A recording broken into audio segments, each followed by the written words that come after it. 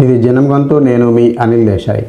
మా కంటెంట్ కనుక నచ్చినట్లయితే లైక్ చేయండి, షేర్ చేయండి, అదేవిధంగా సబ్స్క్రైబ్ చేయడం మర్చిపోవద్దు. అదేవిధంగా బెల్ ఐకాన్ను తప్పనిసరిగా నొక్కండి. కింద మీ అభిప్రాయాలను కామెంట్ రూపంలో తప్పకుండా తెలియజేయండి. వాస్తవంగా రాజకీయాలను కనుక మనం చూస్తున్నట్లయితే ప్రపంచవ్యాప్తంగా అనేక రకాల రాజకీయాలు ఉన్నాయి. కొన్ని దేశాల్లో సూడో రాజకీయాలు, కొన్ని దేశాల్లో ఏకఛత్ర ఆధిపత్య రాజకీయాలు, కొన్ని దేశాల్లో రాజరికపు రాజకీయాలు. మన దేశంలో కూడా దాదాపు స్వాతంత్రం వచ్చే వరకు, అంటే దాదాపు 100 ఏళ్ల క్రితం వరకు కూడా రాజరికపు రాజకీయాలు, అంటే బ్రిటిష్ ముస్లింలు, అటు ఇస్లామిక్ వాదులు కావచ్చు, ఇటు బ్రిటిష్ వాళ్ళు కావచ్చు, పాలించే వరకు కూడా దాదాపుగా రాజరికపు రాజకీయాలు మనం చూసాం. ఎప్పుడైతే మనకు స్వాతంత్రం వచ్చిందో మనం ప్రజాస్వామ్యయుతమైన రాజ్యాంగాన్ని ఏర్పరచుకొని ప్రజలే పాలకులుగా నిర్ణయాధికారాన్ని చేసుకొని మన రాజ్యాన్ని మనం పరిపాలించుకుంటున్నాం. అంటే ఇక్కడ ప్రజలే న్యాయ నిర్ణేతలుగా, ప్రజలే అధికారం చేపట్టే అధికారాన్ని మనలో ఎవరో ఒకరికి ఓటు ద్వారా అధికారాన్ని ఇస్తూ మనము ఒక రాజ్యాంగాన్ని ఏర్పరచుకొని పాలన సాగిస్తున్నాం. అయితే ఇక్కడ మిగతా రాజకీయాలు కొంత భిన్నంగా ఉన్నప్పటికీ ఈ ప్రజాస్వామ్యయుతమైన రాజకీయాల్లో సూక్ష్మంగా, అంటే దాదాపు ప్రజలకు తెలియని వాగ్దానాలు లేదా ప్రజలను అందరినీ కూడా ఒకవైపు మూటిగా సమూహంగా ఓటు బ్యాంకుగా మార్చడానికి ఆయా రాజకీయ పార్టీలు అనేక ఎత్తుగడలు వేస్తూనే ఉంటాయి.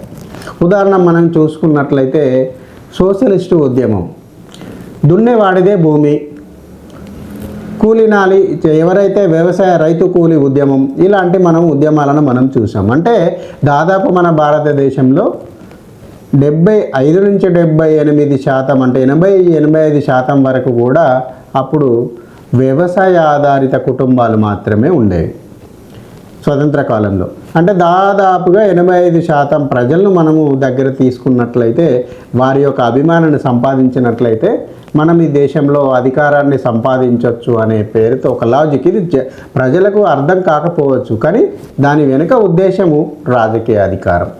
అంటే వీరందరినీ వ్యవసాయ ఆధారిత రైతు కూలీ ఉద్యమం పేరుతో రైతులు అటు కూలీలు, దున్నేవాడిదే భూమి పేరుతో సామాన్య ప్రజలు, ఎవరైతే భూమి లేని పేద ప్రజలు ఉన్నారో, ఎవరైతే వ్యవసాయంలో నిలదొక్కొని, అంటే ఒక భూస్వామి దగ్గర ఎక్కువ శాతం 50 ఎకరం భూమి ఒక రైతుకు ఉందనుకోండి, మోతుబరి రైతుకు, ఆ 50 ఎకరాల భూమిని తను దున్నలేడు కదా, ఎవరెవరు దున్నుతారు, అందుకని చెప్పి దున్నేవాడిదే భూమి నినాదంతో ఈ యొక్క ఉద్యమం. అంటే దాదాపు ఇందులో 80% వరకు కూడా ఆ యొక్క వ్యవస్థలో పాలు పంచుకునే ప్రజలు ఉంటారు.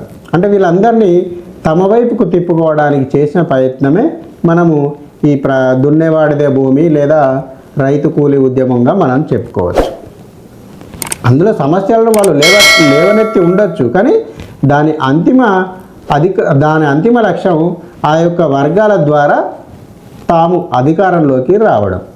ఇది ఒక ఎత్తుగడ. అదేవిధంగా కాంగ్రెస్ పార్టీ కూడా స్వాతంత్రం ముందు నుంచి కూడా కాంగ్రెస్ అనే ఒక పేరుతో రాజకీయ ఉద్యమాలు నిర్వహించింది. అదేవిధంగా అనంతర కాలంలో కూడా అదే మార్కు రాజకీయంతో స్వాతంత్రాన్ని ఈ దేశానికి తెచ్చిపెట్టామనే ఒక నినాదంతో కొన్నాళ్ళు రాజకీయ అధికారాన్ని చేపట్టింది.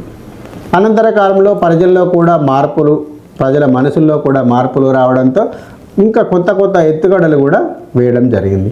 ఇందిరాగాంధీ ఒక నినాదం ఎత్తుకుంది, గరీబీ హటావో. అంటే ఈ దేశంలో దాదాపు 70% వరకు కూడా వ్యవస్థీకృత కూలీనాలు చేసుకునే ప్రజలే ఉన్నారు.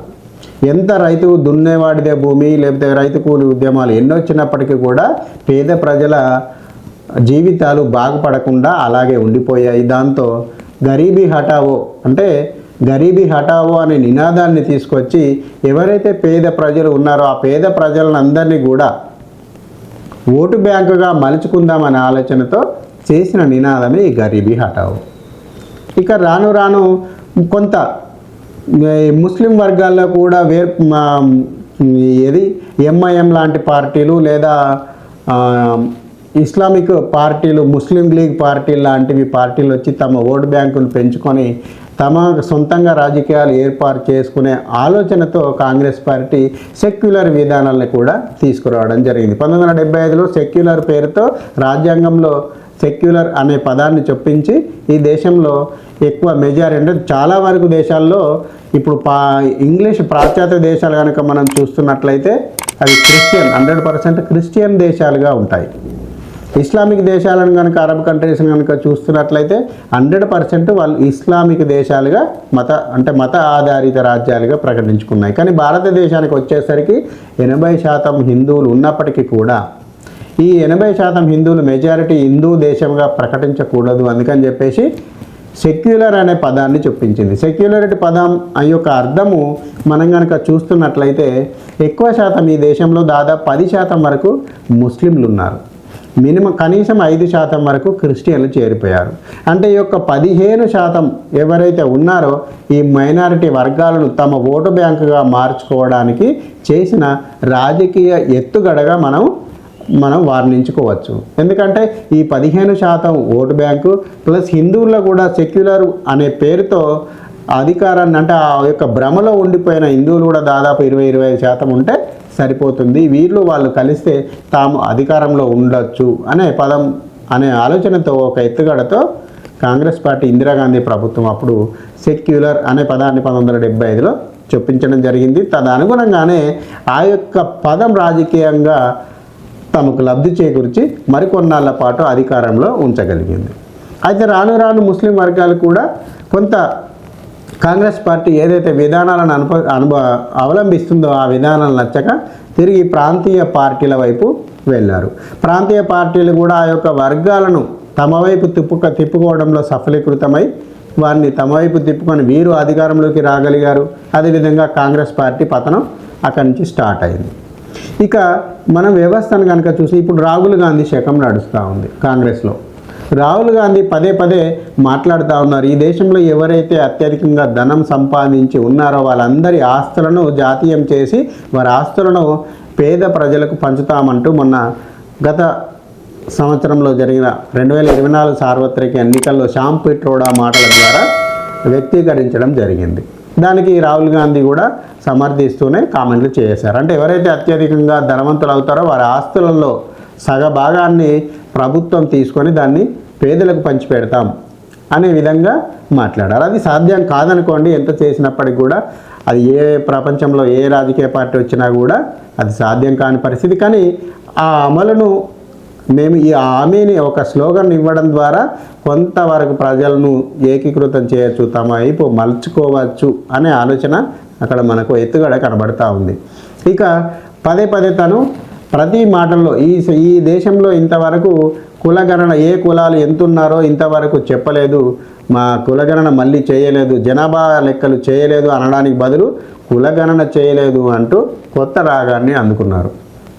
కులగణన పేరుతో ఎలాగూ తెలంగాణలో కాంగ్రెస్ పార్టీ ప్రభుత్వం అధికారంలోకి రావడంతో కులగణను, ఎందుకంటే ఇక రెండు వారి యొక్క రాహుల్ గాంధీ ఆలోచన కులగణన చేపట్టాలి, ఇక్కడ కూడా కాంగ్రెస్ పార్టీ అధికారంలోకి వచ్చింది కాబట్టి కులగణన చేపడతామంటూ కులగణనను చేపట్టారు. కులగణన రిపోర్ట్లో మనం కనుక చూస్తున్నట్లయితే కొంతమంది అంటే 46% వరకు మామూలు బీసీలు, 17.5% వరకు ఎస్సీ ఎస్టీలు, ఇక మిగతా 10% ముస్లింలు అనే విధంగా మనం ఒక రిపోర్టును ఇవ్వడం జరిగింది. ఇందులో ముస్లిం మైనారిటీలు అనడానికి బదులు ఒక ఎత్తుగడను మనం గమనించాలి. ముస్లిం మైనారిటీలలో అంటే ఇప్పుడు ఒక రకంగా కొన్ని వర్గాలు ఇటు అసలు ముస్లింల క్రిస్టియన్లు లేరా ఏమైపోయారు అనేది, ఎందుకంటే వాడవాడలా క్రిస్టియన్ చర్చిలు వెలుస్తున్నాయి. దాదాపు ఇక్కడ కల్వరి సతీష్ కూడా దాదాపు నెలకు 3,500 మందిని నేను మతం మారుస్తున్నానంటూ ప్రకటించుకోవడం జరిగింది. ఇటు హెబ్రోన్ చర్చి యొక్క అసోసియేషన్ కూడా వాళ్ళు దాదాపు 10,000 చర్చిలతో అంటే 10,000 మంది పాస్టర్లు రోజొకరిని మార్చినా కూడా చర్చికి ప్రతి ఒక్క చర్చిలో రోజొకరిని మార్చుకుంటూ పోయినా కూడా కొన్ని వేల లక్షల మందిని ఇప్పటికీ మతం మార్చి ఉంటారు. అయినప్పటికీ కూడా ఇక్కడ ప్రభుత్వం ప్రకటించిన కులగణన నివేదికలో క్రిస్టియన్ ఈ యొక్క సంఖ్య 0. అంటే ఒక్కరు కూడా మారనట్లుగానే, ఎవరు కూడా క్రిస్టియన్ మతంలోకి వెళ్ళనట్లుగానే వారి రికార్డులు మనకు తెలుపుతూ ఉన్నాయి. ఇక వీరు ఈ రకంగా విమర్శిస్తుండగా బీజేపీ నుంచి కిషన్ రెడ్డి కూడా ఒక విమర్శ చేశారు. అసలు ముస్లింలు బీసీలు ఎప్పుడు అయ్యారు అనేది కూడా ఏ చట్టంలో ఉంది అనేది కూడా వారు ప్రశ్నలు లేవనెత్తారు. మనం కనుక చూస్తున్నట్లయితే ఇవన్నీ ఒక క్రోడీకరించుకొని ఈ అందరూ మాట్లాడుతున్న అంశాలను కనుక మనం తీసుకొని గమనించుకున్నట్లయితే నిజంగానే ఇది కాంగ్రెస్ పార్టీ యొక్క ఎత్తుగడన అనేది అనిపించక మానదు. ఎందుకంటే ఎప్పుడైతే ఈ యొక్క 10% ఇదివరకు దాదాపు గతంలో ఎప్పుడు కూడా కాంగ్రెస్ పార్టీ గరీబీ హఠావో లేదా దళిత గిరిజన ముస్లిం మైనారిటీ వర్గాలు ఏకం కావాలి అంటే ఇటు దళితులు, ఎస్సీలు, మాదిగలు, ఇటు ముస్లింలు వీరందరూ కూడా ఏకం కావాలి అనే నినాదాన్ని మాట్లాడేది. అంటే ఈ యొక్క నినాదంతో తాము అధికారంలోకి రావడం లేదు అనే ఉద్దేశంతో బీసీలను కూడా ముస్లిం వర్గాలతో కలిపి ఒక సమూహాన్ని తయారు చేసి ఓటు బ్యాంకుగా మార్చి, అంటే బీసీల్లోంచి కూడా ఈ యొక్క మైనారిటీలకు అనుకూలంగా ఓటు బ్యాంకును చీల్చి ప్రత్యేకమైన ఓటు బ్యాంకును ఏర్పాటు చేసి తాను అధికారంలోకి రావాలనే ఎత్తుగడ ఇందులో ఉందా అనేది యొక్క ఫలితాలను మనము చూస్తే వాళ్ళు ప్రకటించిన ఫలితాలను చూస్తే మనకు కొంత అనుమానం వస్తుంది. దానికి అనుగుణంగానే అసలు వాస్తవంగా క్రిస్టియన్లను జీరోలుగా చూపించారు. కొత్తగా పదాన్ని ఈ బీసీ ముస్లింలు అనేది అందులో చేర్చడం జరిగింది. అంటే బీసీ ముస్లింలు అసలు ఎప్పుడు కూడా తమది ఒక ప్రత్యేకమైన మతం, తనది ఒక ప్రత్యేకమైన గ్రూపు, తమ ప్రత్యేకమైన వర్గం అనే విధంగానే వ్యవహరిస్తారు. ఎప్పుడు కూడా వారు ఇందులో కలిసినట్టుగా మనకు కనబడదు. ఇట్లాంటి సందర్భాల్లో బీసీ ముస్లింలు అని ప్రకటించడంలో గల అంతర్యము ఏమిటి అనేది ప్రత్యేకంగా మనం ఖచ్చితంగా అనుమానించవలసిన అంశంగా మనకు కనబడతా ఉంది. జై హింద్, భారత్ మాతాకి జై.